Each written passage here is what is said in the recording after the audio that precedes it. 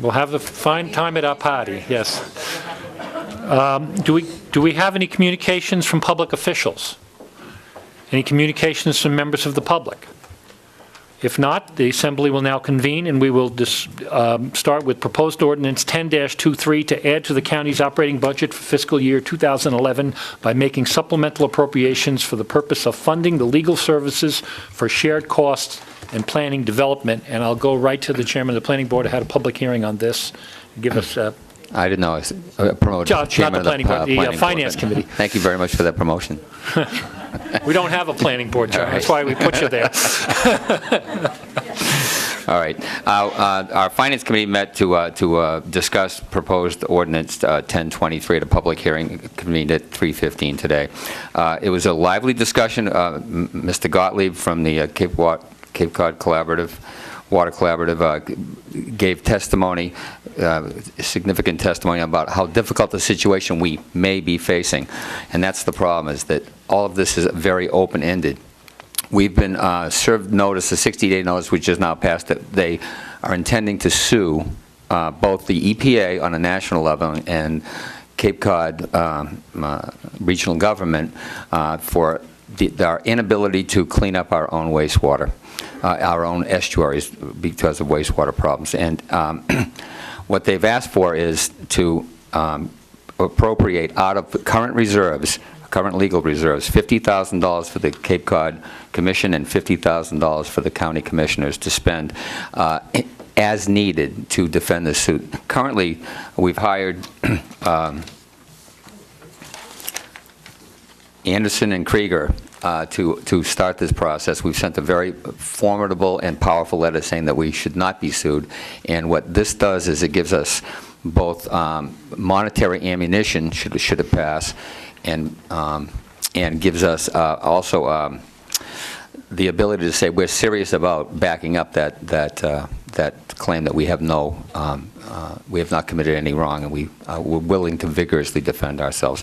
After the thorough discussion, we voted 5-0 to ask the Assembly to approve this $100,000 ordinance. Okay, is that a motion to approve? So therefore, I will ask that we move to. Okay, before we get further discussion, do I have a second on that motion? Second. It's moved and seconded. Okay, does anyone have any questions on this? We seem to understand where we are. John, did you have something further to say? Mr. Speaker, I just want to let you know that this is the scariest part of this, and this was brought up in the hearing. The scariest part of this is that we don't know what's coming down the path, and there's no sunset clause in this. So this $100,000 is very important, but we really need to discuss this further. We can't let this go on forever. So we have to come up with a determination of how much liability and how much risk we're willing to take in the future, and we'll have to discuss that at a future time. But I highly recommend that we do pass this ordinance as stated. Okay. Anybody else have any comment? Tom? Just that in our discussions, we drifted into some of the legal strategy, and I think it was a consensus of the committee that we should probably have an executive session to discuss legal strategy around this so that we understand where the legal team is, or the powers to be are moving, and what the consequences might be and what the financial implications might be. Okay. Tom, and then Leo. Thank you, Mr. Speaker. I came in partly during your public hearing, and there was some discussion about, do we have an insurance policy that'll cover us in case of a lawsuit? I think it's important that we find that out prior to us passing these dollars. If we do have, if our insurance carrier will cover us in case we're sued, I think that's going to help me. Well, I won't be here at the next meeting. Hopefully help you understand how we're going to proceed. You know, there's a lot of what ifs here. We don't know if they're going to sue us. We just don't know. There's a lot of ifs. We know the parameters. We don't know how far it's going to go, but we also don't know if our insurance will cover us. I think that's a very important piece of this puzzle. I would hope we get some clarification on that. Okay, Leo? Through the speaker to Mr. Lynch, is it your intentions of having a executive session of the entire Assembly, or just the Finance Committee? Personally, I would think that the Assembly should weigh in on this. It would be my preference that the entire Assembly hear the discussion. Okay.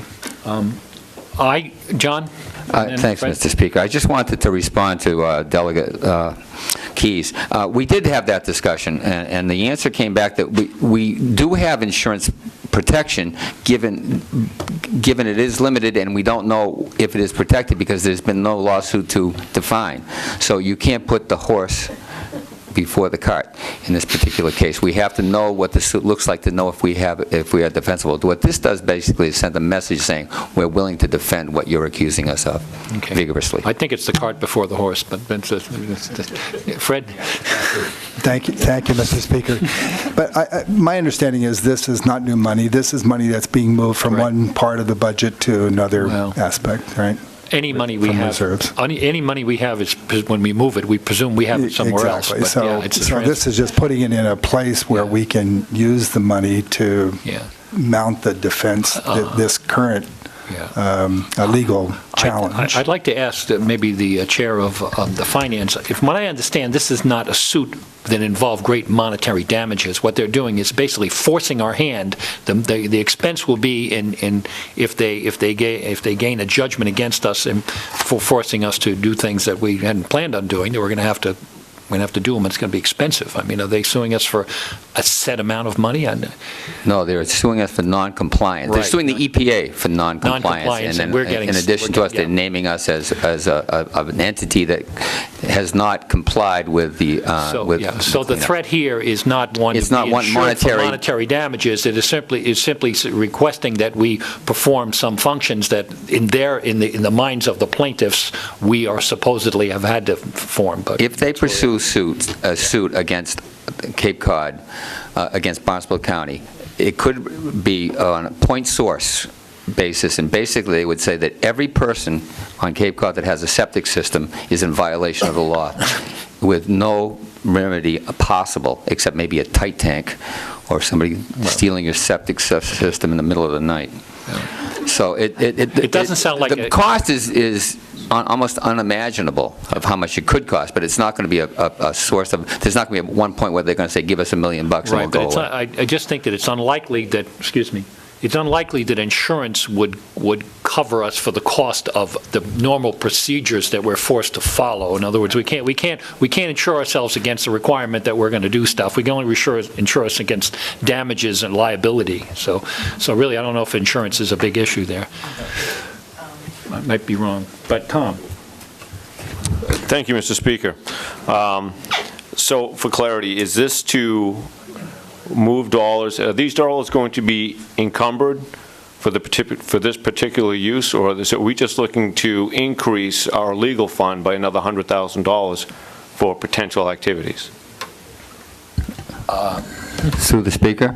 No, these are already reserves that are now going to be made more accessible. This is not adding to the reserves. This is taking from existing reserves and making them more available to be spent on this specific purpose. Okay, and Tony? Hi, Mr. Speaker. Thank you. I, like Tom, walked in a little bit late to listen to what was going on. I couldn't get here on time, so I apologize. I have a question and I have a thought. My question is, are we going to have the vote on the ordinance to approve the ordinance before we have the executive session to debate it? And if so, why? And my second thought, based on, again, only what I heard, I may not have heard it right, it sounds to me like we're going to encumber $100,000 based on we have a good judge and we may have a good shot at it, and I'm not sure that I'm willing to take that risk with our funds. Thank you. The proposed ordinance is on the table right now. I mean, this is what we're voting on. It's been moved and seconded. So if we pass this, they're going to transfer the funds, according to the finance chairman, to a fund where it would be more accessible to the ongoing legal processes on a day-to-day basis. That's my understanding. Leo? Yeah, thank you. And from, I think from one of our previous discussions, I remember someone saying, I'm not sure if it was the county commissioners or maybe it was Mr. Lynch a while back when we were talking about that. These monies, we're not going to spend the $100,000. We're just kind of encumbering it, putting it aside, and letting it be there so we know that we have the funds to start doing this. And as it was mentioned by the chair, and just so the public will understand, so far the attorney's only sent a letter. That letter may put this in abatement. It may slow the process down. We never may spend another dime. But I think voting for this is saying, you know what, we are going to put some money aside, we are going to fight this, and I would like to see this ordinance approved today, but I would like to have an executive session so that we can talk freely about what our future game plan, if you will, is going to be on this lawsuit. Okay. Tom? We have a $23,000 bill right now, and so the appropriation could be just for that, or half of it from us and half of it from the Cape Cod Commission. This is an effort to establish the fund, as you just pointed out, so that it's there in case anything else happens before the end of the fiscal year. And I'm sure we can, I would hope the Speaker would be able to arrange an executive session, early on in the new session to discuss the legal strategy. Okay. Tony? So the only purpose of the executive session is to discuss the legal strategy. So what we're looking for today is to approve the ordinance to encumber the funds, and then someday have an executive session to talk about the legal strategy? Is that what's going on? I can only speak to the ordinance that we have in front of us as far as what the intention of the Assembly would be in the executive session. Is up to the people who attend, Tom, who's made the motion, and the Assembly. But right now, what we have in front of us is Ordinance 10-23 to transfer these funds and make them available for legal services. So I can't tell you what we're going to do later on right now. Yeah. If I can take a shot at that, though, Tony, we started talking about the implications of being an intervener with the federal suit, whether there are negotiations, are we sitting at the table, would we have legal representation through that process? And I think those are all questions that really we need to thoroughly understand the implications of going down that road. This, I think, is sending the signal that we are serious about this. We want to protect our county and our communities if we can, because we've come out of the box pretty tough to start off with, and the $100,000 says if there's other intervening things over the next couple of months, they don't have to come back to us each time there's a bill. So we are committing a certain amount of money at this point in time that the commissioners and the would have the authority to spend, without coming back to us. I think there was a little confusion on the insurance policy. I believe that the county has an insurance policy that when we're sued, you can pay legal expenses out of that insurance policy, not damages as such that might arise from the policy. And I'm told we do have such a policy. Whether it would apply in this, I think, depends on how the suit is structured and whether it would apply to the terms there. It'd be nice to have an answer today for that. We don't, but I think it's probably prudent to move ahead with this particular ordinance. Thank you. Tony? I guess my only other question would be, before I vote on this, yea or nay, is there a figure at the end of the road? I mean, if we go ahead with this and we lose, is there an amount of money that we're talking about that may or may not be covered by an insurance company? Fred? I just want to say one thing, Tony. I think John has said that nobody understands what any kind of money there could be at the end of this, whatever this process becomes. But at this point, we are named in this legal action, so we have to respond to it. We can't not respond to it. So this money is at this point is really meant as a response to what the Conservation Law Foundation and this Buzzards Bay group sent to us. They have named us, and we have to respond to them. So. Okay, there's a motion on the floor. It's been moved and seconded. No further comment. I'll call for a vote. Do we need a roll call vote on this? Yes. Yes, okay. So clerk will call the roll on the vote.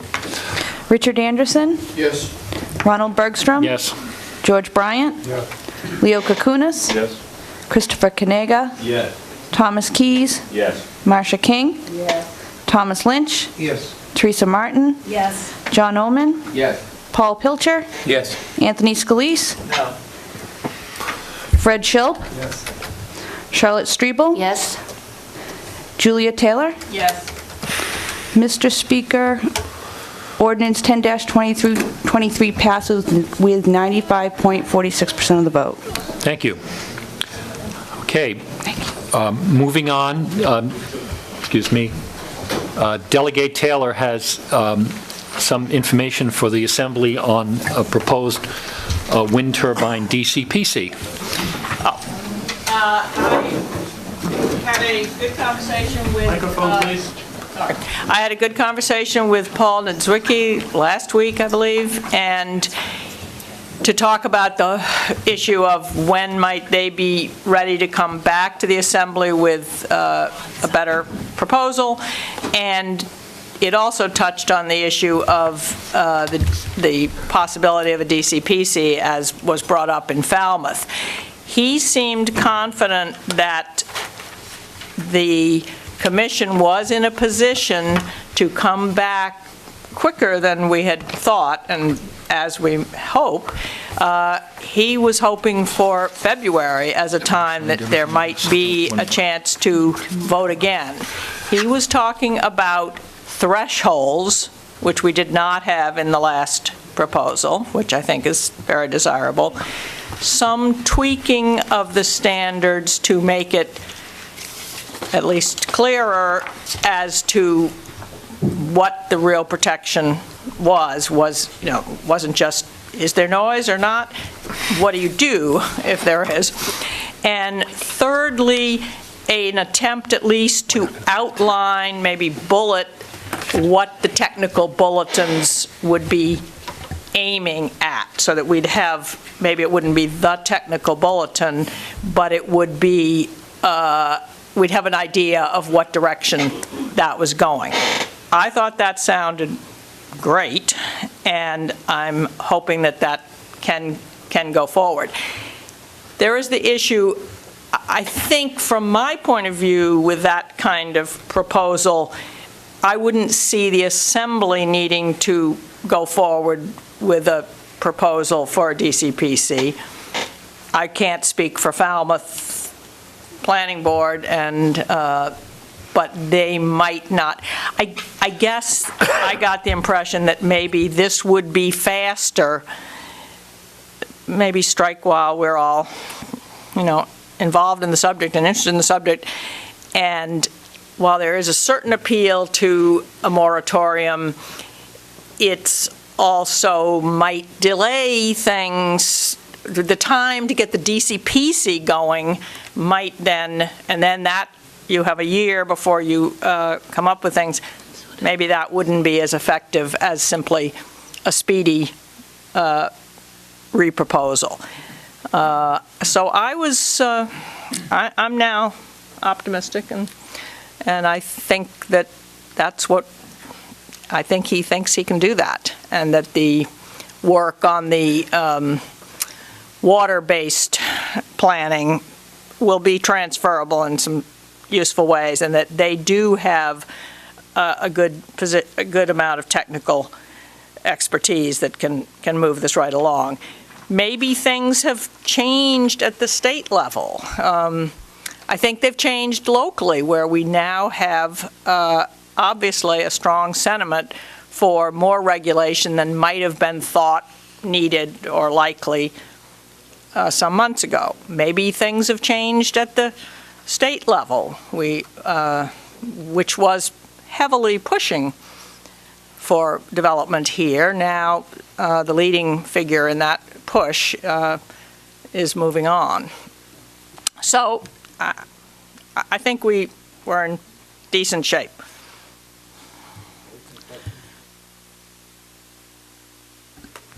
Thank you, Julia. Thank you, Mr. Speaker. You know, I've had a lot of discussions on this subject matter. I've been to the meetings in Bourne. I've been to the Cape Cod Community College hearing, I think it was on a Saturday, and these were just packed rooms. I mean, this is a big issue, and so I've dug in deep, and To hear my colleague from Falmouth say that the commission is looking to come back in February, that's quick. And I think that's desirable. And I think that's the best method to get the commission to come back in February and propose something before this body and that everyone can be more comfortable with. And the value of what we've just gone through over the last month and a half is I think there's been a lot of education. The encroachment issue of large-scale turbines, not the small ones, not the municipal ones that we've been looking at, but the larger ones, the one that just went up in Falmouth over the last year and all. That's I think it's been an education, and I think it caught up to a lot of us, and I don't think we were all prepared for encroachment impacts. And just to see the Cape Cod Times, to see all the blogosphere, the discussions here, the public hearings, I think it's been a tremendous service to the public. I think the public's now getting to understand life with turbines, as opposed to what we've been looking at for the past 10 years, which has been the water-based. So I agree with my colleague from Falmouth, and I think at this time, the best thing we can do is wait for our county-paid professionals to come back in with something that I think hopefully everyone will be a lot more comfortable with. And that's the best route than to go with the DCPC rate now. That within just roughly 2 months, we could have something to sink our teeth into. So I'm pleased by that.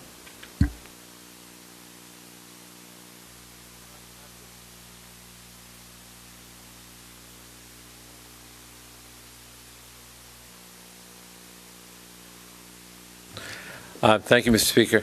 I just wanted to report that last night, at the request of the Wellfleet Board of Selectmen, I went with Commissioner Lyons and Roger Putnam, who's our representative to the Commission, to speak about the wind turbine issue. It was a lively discussion. There was not unanimity, but I did receive a note back from one of the selectmen today that I think reflects the concerns about people on that end of the Cape about wind turbines. And I am encouraged by the report that you gave, Julia, and I think that this sounds like a very heartening development. But this selectman wrote, I think there might be a majority of the Wellfleet selectmen and a good number of Wellfleet citizens who would not want to see industrial-sized wind turbines placed in Wellfleet based on a state law that eliminates local regulation and relies on hastily created regulations created by the Cape Cod Commission. I can't imagine any majority in our town who would not favor taking the time to study the issues from all sides, not simply using data provided by the power companies. I'd just like to say, one of the side effects of this controversy, it has raised the level of the profile of the Assembly, and we are the elected body of the only regional elected body, town by town. We also have a great deal of responsibility for passing the ordinances of the Cape Cod Commission, which is the regional planning agency. So in a sense, that responsibility passes to us for the final decision. So I don't know how this is going to work out, but I think that it's an opportunity for the Assembly to let people know that we are interested in regional issues, we're interested in the quality of life on the Cape, and that we're willing to take on this responsibility because, as the Dean of the Assembly said earlier on, you can anticipate more of this coming down the pike as time goes on, and I think we're going to be ready and able, with the assistance of the staff of the Commission, to hear the concerns of the people of Barnstable County and try to come up with a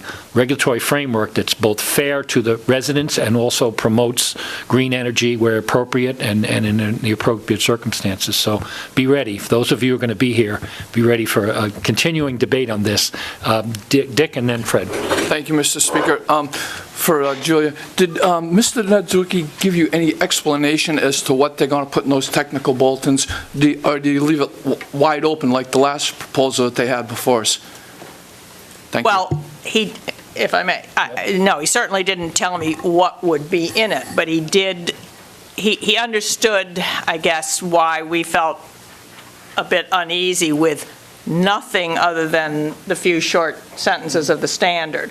So this at least would be an attempt to show 1, 2, 3, 4, 5 things will be covered in the technical bulletin, and then exactly might not be worked out yet, which in fact has, as he said several times, has been the case in the past.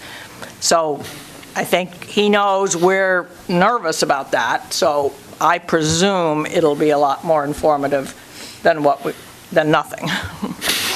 Dick, you can Thank you, follow up on that? It's nice that he says he's going to do it, but is he going to do it? We've heard these technical bulletins all the time, but we never see them until after everything's all gone through. And, so I don't know if they're ever going to be in there and what they're going to be. Just an inkling of saying that it's going to be this, and it's going to be that, and this is going to be step 3, and this is going to be step 4. That doesn't tell us what is the meat of the problem, or the meat of the action that they're asking us to pass. Thank you. Fred? Thank you, Mr. Speaker. Actually, I was the person who asked that this discussion be at this meeting today, and I'm glad it brought forward certainly Julia's conversation with Paul Niedzwiecki. Having and listening to Paul, particularly about the Outer Cape, we are, as we said in the meeting, when we decided not to approve the Cape Cod Commission ordinance, we really are not qualified. We're hopelessly inadequately qualified to deal with wind turbines on most of the Cape right now. And certainly in Truro, I know in the bylaw, it's a 100-foot maximum that comes under that bylaw. Everything else is in limbo as to how they would ask and approve a special permit. And I think I'm encouraged that the Cape Cod Commission would come quickly so that we would in fact have something in place soon in the county to deal with this issue. So thank you. Okay. Just in response to Dick, and is that it's been my experience, we've dealt with the request for the staff to do something, and I'm referring now to the Cape Cod Commission, and there's two approaches you can take. You can either sit them down and say, we want this, this, this, and this, and be part of the ongoing process, or preferably, in my experience anyway, is you give them a general understanding. I think the general understanding from the public hearings and so on as to where the direction we want to go, then they produce a document, present that document to the Assembly, and then we can tweak it rather than try to be part of the process from the beginning. I mean, I think that Paul Niedzwiecki and the staff of the Commission understand where we're going. They can, as Julia said, they can respond to our requests in a timely fashion, and then we'll have something in front of us, and we can either not necessarily vote it up or down, but it's not going to be in the form of an ordinance. It's going to be a form of a presentation to which we can then turn into an ordinance if we feel it's adequate. So that's where I'm going right now, Julia. Just one last point, and I'm really now speaking for myself, not relating my conversation. But as I said when we voted this before, this is a political issue. And the politics have changed. They've changed locally, and they've changed in the state. So to me, that's encouraging and means that we will have a better and an outlook, an outcome much more satisfactory to are uninformed and ignorant, but interested and wanting a good outcome situation. Okay. Seeing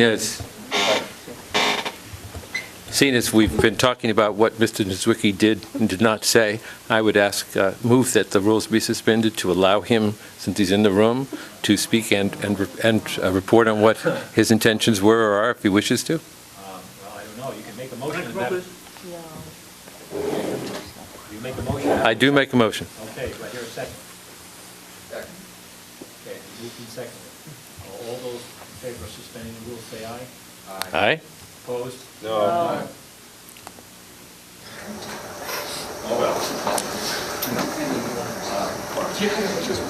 Mr. Speaker, microphone, please. Thank you, Mr. Speaker. Through you to my colleague and Bourne, you know, I think the best process at this time is, as has been spoken, is to allow the commission to understand the reaction and come back and propose something. And I know from Bourne, you've got a lot of pressures over there. There's a massive project that's being proposed, land-based, and I've spoken to a lot of people in Bourne as a Sandwich resident, plus as someone that has a lot of family in Bourne. I've heard a lot about this. And just remember, the DCPC that issue can come back up in February should what is proposed is unsatisfactory, both to the public as they hear, as well as when we hear at the same time, or you all hear at the same time. So the option is still there, but I honestly believe that the best remedy at this point is to allow the commission to propose what they believe is in the best interest of the public, and let it be debated. Can I respond, Mr. Speaker? I'm for what they're going to do, but I don't want them to just say, well, we're going to do this and this and this. I'd like to see a little bit more specifics as to what they're going to have. Not just come back and say, we're going to give you step 1, step 2, step 3, step 4. But what are some of the specifics? It doesn't have to be a real tightly knit, balled thing there, but something that we can lay our hands onto. Mr. Speaker. Thank you. Mr. Speaker. I forgot, now back to my conversation with Mr. Niedzwiecki, I forgot one thing he brought up. Not necessarily, but possibly. He was hoping that the outline, the bullet points, whatever we want to describe this preliminary technical bulletin stuff, that would be one thing. And then there would be work ongoing on the nitty-gritty details, and he was hoping there could be a wider group involved in helping with that, which could involve some citizen participation.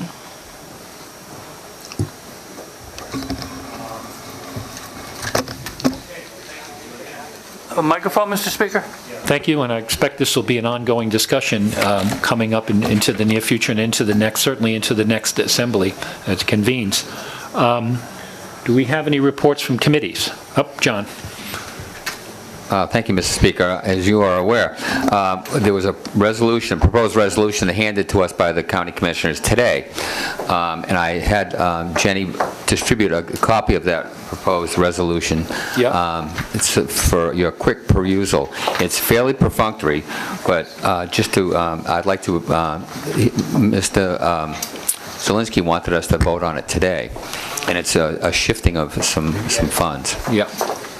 So, with your permission. Okay, this brings up an interesting point. It's not listed on, this is a minor change. It's not listed on the agenda, and we haven't been given aware of it. So, I mean, you can make the motion. You make the motion to put it on the table, and then I'll accept comments. All right. So, you move. Do they have a copy of the ordinance? Everyone. I do have a copy of. It's not an ordinance. It's a resolution. It's a resolution. And the copy of the resolution states that they would like to hereby resolve the Assembly of Delegates proclaims that the following transfers between budget groups 1, 6, 8, 9, and 9, I should say, for fiscal year 2011 are approved. For the Health and Environment Department, they would like to decrease a certain line by $6,000 and increase another certain line. So it's a transfer fund by $6,000. Right, so before you put it on the table, why don't I take a vote on the Assembly as to whether or not we're going to address this today. So I'll need a motion to put this on the table, so to speak. Yep. I would move because I think it's essential that this be done, and so I would move that we discuss this proposed resolution and vote on it. And vote on it today. Okay, do I have a second on that? Second. Okay, it's been moved and seconded. So all those in favor of putting this on the table now? Yep. Oh, I'm sorry. Leo? Sure. I can't support putting in this and moving this forward at this time. I know it's a minimal amount of money. I understand it is a transfer from a salary account to a purchase services account. It's only $6,000. It's not life or death as far as doing it, but I still stand strong in what I feel is the way we should do things, and this is not on the agenda. It hasn't been out there for the public to have comment on it, whether they want to or not. I know it may sound ridiculous because it's only $6,000, but at what point do we, at what dollar value do we follow procedure, and at what dollar value do we move things forward? It hasn't been presented to us as an emergency. Mr. Zelinski himself is not here to present it as an emergency, so I would take issue with voting on this proposed resolution at this time. Okay. Any other comment on this? Mr. Speaker, if I may, it is a resolution, and resolutions do not have public hearings, so I don't see any reason why we can't proceed. Thank you. Okay. Okay, if there's a motion on the floor to take this up in the currently in this session, all those in favor of addressing this now, say aye. Aye. Opposed? No. Do you want to take it? I mean, to me, it's a clear majority, but take a roll. Yeah, why don't we take a roll call just? Okay. Richard Anderson? Yes. Ronald Bergstrom? Yes. George Bryant? No. Leo Kukunis? No. Christopher Kanega? No. Thomas Keys? No. Marcia King? No. Thomas Lynch? No. Teresa Martin? Yes. John Oman? Yes. Paul Pilcher? No. Anthony Scalise? No. Fred Schilp? Yes. Charlotte Strebel? Yes. Julia Taylor? I was wrong on that one.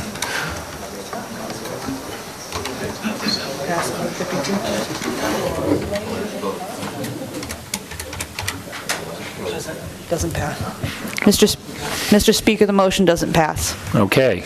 That's what happens when people yell, try to sound like there's more of them. You know, I can't tell whether there's a lot of them or whether they're just yelling louder. Well, that settles that. We'll give Commissioner Doherty the bad news tomorrow. But anyway. Oh, he's there? Where is he? Sorry.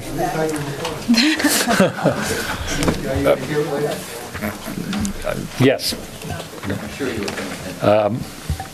Okay, do we have a report from the clerk? If you have a travel voucher that you should sign and give back to Jenny by the end of today, and if you haven't paid for the holiday party ticket, if you could see Jenny before you leave today. Thank you. Okay. Any other business? Tom? 30 seconds. You know, it's been a pleasure. It's been frustrating. It's been interesting. This is my last meeting. This is my last, obviously, 30 seconds. And all in all, it's been great to be a colleague along with all of you. We've taken on some tough issues. We've beaten the horse to death a million times with the minutia. But, you know, when I first took on the responsibility of the Assembly 3 years ago, I said I want to discover the disconnect between county government and the public. You know, I was a selectman, and I was also for 6 years in the Economic Development Committee for 4, and you name a board or committee, I've been a part of it. But the disconnect to the county has always bothered me, and it's still there. It's disturbing sometimes, but the public either doesn't know, doesn't care, doesn't see, doesn't get enough input. There is a disconnect. You see it on the state level also. You know, when you're a selectman, you literally are with your constituents all the time. You go to the grocery store, they see you, you know. And I don't know what the cure is. I think a lot of it has to be the role and responsibility of the citizen, that they have to be more informed, have to seek out more information, because it's out there. But the disconnect still bothers me. And I look at it the same as I see on the state level. I just come off a large campaign, and a lot of people just aren't informed as to who represents them, what their role is, what they do, how they can have an effect on their life. And that's disturbing. But I came here seeking if we could do something different, and I'm not sure there's something that this board really can do to force the public to pay attention to these large issues that regionally are going to affect the quality of their lives. And there are some very large issues coming before the Assembly now, as we know, and they do affect the quality of life of everybody that lives here, as well as those that visit. And I'm proud of a lot of the work we did. I'm frustrated with some of the work we did, of course. But all in all, it's been a pleasure. And I would like to waste my last 10 seconds introducing you all to a wonderful individual named Jim Killian, who is now going to be the individual taking this seat. He's a resident of Sandwich. He's been on a zoning board of appeals, very involved, very knowledgeable in zoning and how things work. And I just couldn't be happier to have somebody of his quality to take on this seat and this responsibility of representing the town of Sandwich. So I'd like you all to welcome Jim. He is coming to our party, so please welcome him. Be nicer to him than you are to I. And thank you all. I appreciate it.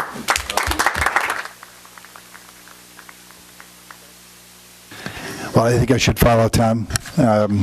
And I did make a few notes, but I do want to introduce the person who is going to take my place here, hopefully in this seat, Deborah McCutcheon. Deborah, would you stand up? Deborah is an extremely able replacement for me, and I think you're all going to be very, very pleased.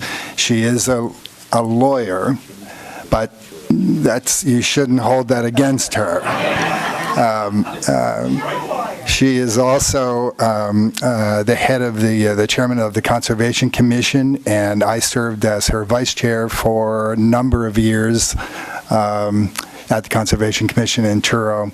She is also the head of the chairman of the Community Preservation Group in Truro, and has been involved in a number of other aspects of Truro government over the last decade. So she is a dedicated, active person in the community, and I think she's a perfect person for our assembly. I want to thank the people of Truro for voting for me for the last few elections, and I also want to particularly thank all of the people on this board who have taught me. When I walked into this seat, I think it's been about 6 years ago, I knew nothing about Barnstable County government at all. The person who I succeeded gave me a couple of books. I may have glanced through them, but I was welcomed, and every step of the way, certainly through Diane Thompson and Jenny and the chairs and Charlotte, Julian, John, and all of the people in the assembly who helped me understand what the work was. I was pleasantly surprised by the efficiency of the people in the county. I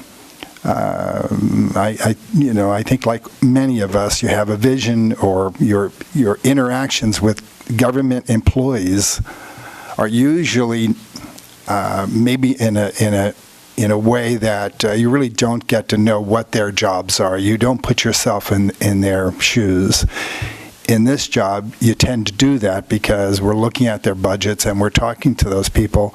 And I have found the government, this Barnstable County government, extremely well run by the department heads. We have some of the really top people in the county, I think, as department heads, and I can name them, all of them, but I think it's an extremely strong group. And the workers are as efficient and hardworking as any I've seen over my 50 years of working with corporations and various groups. So that was a very pleasant experience. In fact, the only unpleasant experience for me was driving in the summer down here. But I always look forward to coming and playing a role here. And I think it's interesting, I think particularly for someone with 1% of the vote here. It is a responsibility. It is an awesome responsibility, and if you decide to take it on, and you can sit here and not do anything for 2 years, or you could try and understand what these issues are and try and make your points. And I agree with Tom. Part of the issue surrounding the assembly is the fact that most people don't know what the county does, and it's so underappreciated. And yet, when you do understand all of the pieces that we're involved with, it's really remarkable. And I think the budget is the size of one of the very small towns here on the Cape, and yet we're involved in so many aspects of the quality of life on the Cape. So it's been a wonderful opportunity for me, and I've learned a lot. It's been very enjoyable, and it was not. I left because we're kind of moving away from Truro, and it was not because I wouldn't want to continue being on the assembly. So thank you all. Before I take any more comment on other business, I have a few things to say. As I said at the beginning of our meeting, this is the last meeting of the 11th Assembly of Delegates, I think it is, and as a result, as you probably know, as it happens every time, several members will be leaving. We know 4 of them. I'm going to take them in reverse order of seniority, and so I'll start over on my extreme right, Tom Keyes. Okay. Now, Tom and I have not always agreed on the issues, but we do have a couple things in common. One thing we have in common is we both ran for county commissioner in a single election about 6 or 8 years ago. And another thing we have in common is that we both lost, okay? So we know what it's like to, but, putting all joking aside, it takes a certain person to put themselves out there in an election. I know that Tom and I, we both ran for selectmen. We've both had victories. We've both had losses. We run for things and not made it. And we've run for things and been successful. And it takes a certain person to put themselves out there. I've never doubted Tom's sincerity. He obviously believes in the things that he stands for, and I respect that because sometimes that's rare in politics. Sometimes people just posture or they play to the cheap seats, and I know Tom's never done that, and I know we're going to miss his input. Not going to miss much of Marcia's input, but we're going to miss Tom's input. Unless she's officially recognized. And I appreciate his service here, and I know I tried to get the state Senate to pass a resolution thanking you for your service, but the Senate president was either out of town or she couldn't be reached, or she said Tom who, so that wasn't successful, but we thank you and we appreciate what you've done. Okay, and now I'll move over to my left.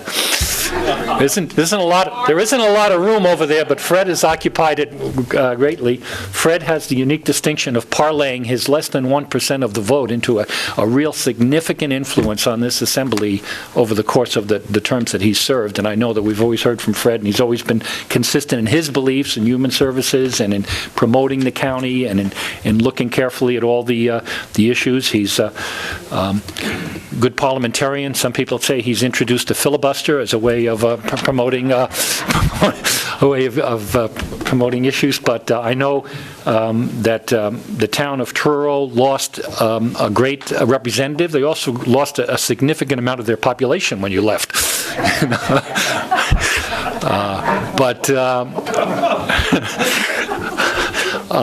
We appreciate your service, Fred, and I am sure that we will be hearing from you, from Fred Schilp in the future, and maybe you'll even be running for the assembly again. But what town do you live in now? We're going to be living in Barnstable, I think, Okay, well, thank you. We appreciate your interest. And now I'm going to move on to 2 of the longer-serving members of the assembly. I have worked with Charlotte. She was a member of the Barnstable County Selectmen's Association for many years, a treasurer. She's been involved in public service for many, many years and has gained the respect of her colleagues of all stripes for all of her service. And I have only served with Charlotte here on this body for a couple of terms, so I'm going to go to one of our senior members who has served with Charlotte during the duration of her service here on the Assembly for a tribute to Charlotte and a few words. John. Thank you, Mr. Speaker. Charlotte, personally, I want to let you know that I've really enjoyed, it's been 12 years we've served together on the Assembly. That's a long time. It's a lifetime and a half in politics. And I can't imagine going on without you, actually, because you've done so many things and your dedication has just been truly remarkable. And thank you. The Assembly, in addition, wants to read this into the record.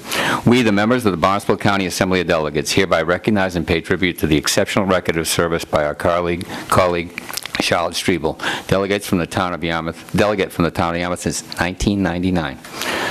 Charlotte Strebel has in numerous ways demonstrated qualities of leadership and commitment as a public servant that have contributed to the accomplishments of the Assembly of Delegates in Barnstable County, and we thank Charlotte for her outstanding work as a delegate.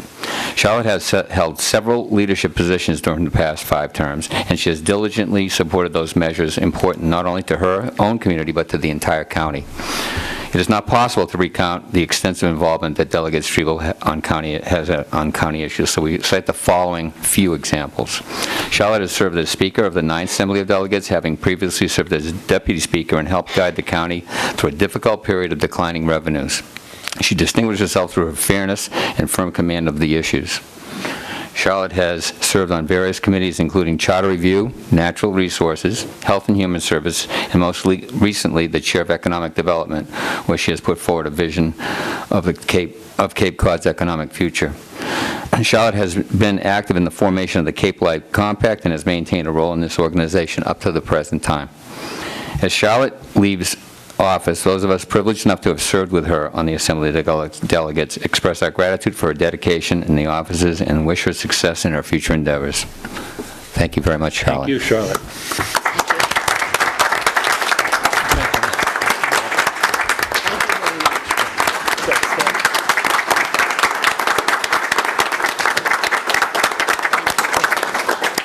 Thank you very much.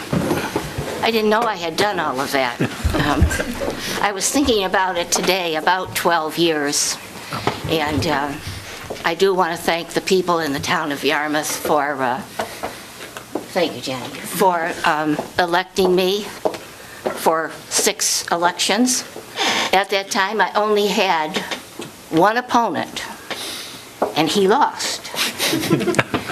But I didn't run this year, and he won. So I introduced Spiro Mitrakakis at our last meeting. Spiro is here again, and I wish him the very best as he comes in to represent the town of Yarmouth. I have been involved in county government since 1995. I was a selectman at that time, and then County Commissioner Rob O'Leary, just past senator, asked me if I would join with him and Matt Patrick and work with the two of them to begin to try to form an organization to look into energy efficiency that was going to be changing, and the whole situation. And from that came the Cape Light Compact. And I've been representing the town of Yarmouth as the delegate appointed delegate from the town since 1997. And it's been a long time. It's been fun being on this assembly for 12 years. I'm definitely a county employee. I have been a county employee for years, and although I'm not retiring as a county employee, but I really, it's been fun, and I've learned so much about county government and how it's run, and I have to agree with some of the statements that have been made, that people don't know what the county does. And I would suggest that every person that lives on Cape Cod should obtain a copy of the annual report that runs about 200 pages of what this county does for the people who live here. But the assembly has been fun. It really has. When I first came, Joan Condit was the representative. She sat in this chair for 10 years. And she came to me one day and she said, "I'm going to resign. Will you consider filling my unexpired term?" And I was really taken back because amazingly, I knew nothing about the Assembly of Delegates. A typical resident of Cape Cod. I knew nothing about the Assembly of Delegates. And at that time, Julia was the speaker. And I came to several meetings, and Joan did introduce me, and I said that I was going to come in and fill her place. And I got here, and I really wondered why I was here. And that ran through my mind for a while. And now I know why I was here. I know what this body has done and what they can do and what they must do in the future. And it's been a pleasure for me to be here, to have so many friends, and thank you very much. Okay. Thank you, Charlotte. For those of you who don't know, Charlotte served for a long time as treasurer of the Cape Cod Selectmen and Councilors Association, and as a result, she and Vern are now going to be enjoying a comfortable retirement in the Cayman Islands. So if you want, we'll leave a place where you can get a hold of them. All right. I'm not gonna say anything about our next tribute here because I'm practically a stripling here. I've only been here 6 years or so. Where the next gentleman has been here since the inception. So I'm going to turn this over to the future dean of the assembly, Julia Taylor from Falmouth. Thank you. That is a problem. I don't like necessarily being the senior in age and service, but I'm going to try to be brave. I've had a special affection for George since we met because my ancestors are from Provincetown, and he's always giving me some amazing detail about what it was like for them when they were fishermen, and from what they ate and how it was different from what the other fishermen ate. I mean, he just knows about it, and I've really, really appreciated that little special bond. I am going to miss Tom, Charlotte, and Fred, so it's not that I won't, I will. But I do want to read this tribute to George. We, the members of the Barnstable County Assembly of Delegates, hereby recognize and pay tribute to the exceptional record of service by our colleague George D. Bryant, delegate from Provincetown since the formation of the Assembly in 1989. As one of those special persons who believes that it is imperative for citizens to participate in government, George Bryant has in numerous ways demonstrated qualities of leadership and commitment as a public servant that have benefited not only the citizens of his hometown of Provincetown, but all the residents of Barnstable County. It is not possible to recount the extensive involvement of Delegate George Bryant on county issues, but we cite the following examples. George served as chair of the Standing Committee on Human Services, taking up the cause of the Cape's disadvantaged and underserved. He regularly attended the meetings of the Human Service Advisory Council and passed on their concerns to the full Assembly. George served as the unofficial historian of both the Assembly and county government, putting our deliberations in their proper historical context. George earned the respect of his fellow delegates through his fairness and forthrightness on the issues before him, and his near-perfect record of attendance is unmatched. And I'll add one that's not written down. If we make progress on regionalization, we will give you the credit. As George leaves office, we say goodbye to our longest-serving member and the Dean of the Assembly. Those of us privileged enough to have served with him thank him for his dedication and wish him well in his future endeavors. Thank you, George.